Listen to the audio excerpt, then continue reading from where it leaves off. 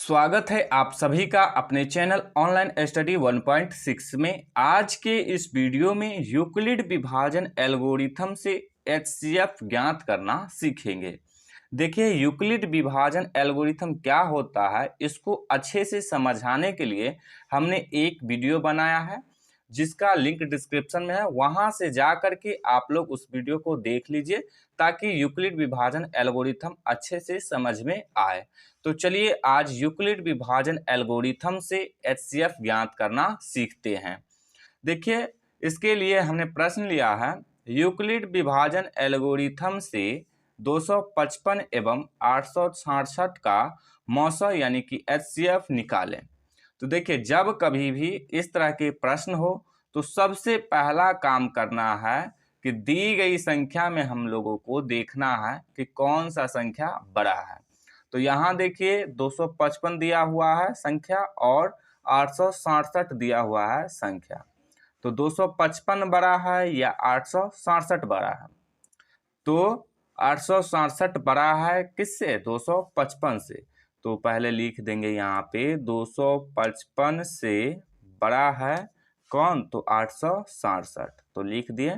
अब देखिए यहाँ पे यूक्लिड विभाजन एल्गोरिथम क्या होता है इसको देख लेते हैं।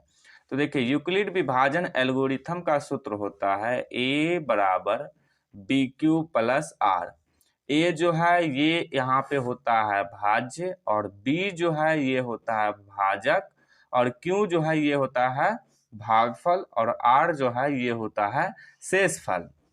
तो यहाँ देखिए बड़ा कौन है? तो 867। तो ए बराबर ले लेंगे 867। जो बड़ा रहेगा उसको ए लेंगे और जो छोटा रहेगा उसको बी लेंगे। तो बी बराबर कितना हो जाएगा? 255। अब क्या करेंगे? यूक्लिड विभाजन के सूत्र को लिखेंगे। तो लिखेंगे यूक्लिड विभाजन एल्गोरिथम से। तो यूक्लिड विभाजन एल्गोरिथम का सूत्र क्या होता है? ए बराबर बी क्यू प्लस में आर। तो यूक्लिड विभाजन एल्गोरिथम का सूत्र लिख दिए।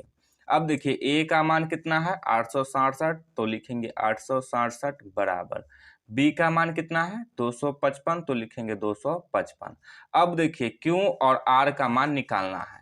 तो क्यू क्या होता है? भागफल और आर क्या होता है? शेषफल।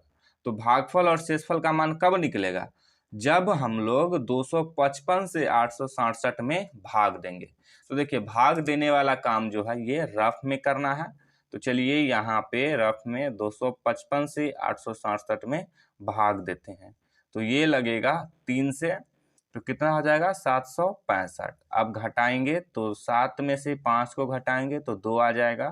फिर 6 में से 6 को घटाएंगे तो 0 आ जाएगा। 8 में से 7 को घटाएंगे तो आ जाएगा 1। तो देखिए भागफल कितना आ गया? 3 और शेषफल कितना आ गया? 102। तो क्यू के स्थान पे कितना लिखेंगे? 3 और आर के स्थान पे कितना लिखेंगे? 102। तो देखिए इस बीच में कोई चिन्ह नहीं, तो गुना का गुने 3 प्लस आर कितना है? 102। तो लिख देंगे 102। और फिर से यहाँ पे एक चीज ध्यान दीजिएगा, जब तक कि आर का मान 0 नहीं हो जाता है तब तक ये b जो है वो a बनते जाएगा और r जो है ये b बनते जाएगा। फिर से ध्यान दीजिएगा, जब तक कि ये r यानी कि शेषफल बराबर 0 नहीं आ जाएगा तब तक b जो है वो a बनते जाएगा और a जो है r, ये जो r है वो b बनते जाएगा यानी कि 102। फिर q और r का मान निकालेंगे। तो इसके लिए क्या करेंगे? 102 से 255 में भाग देंगे।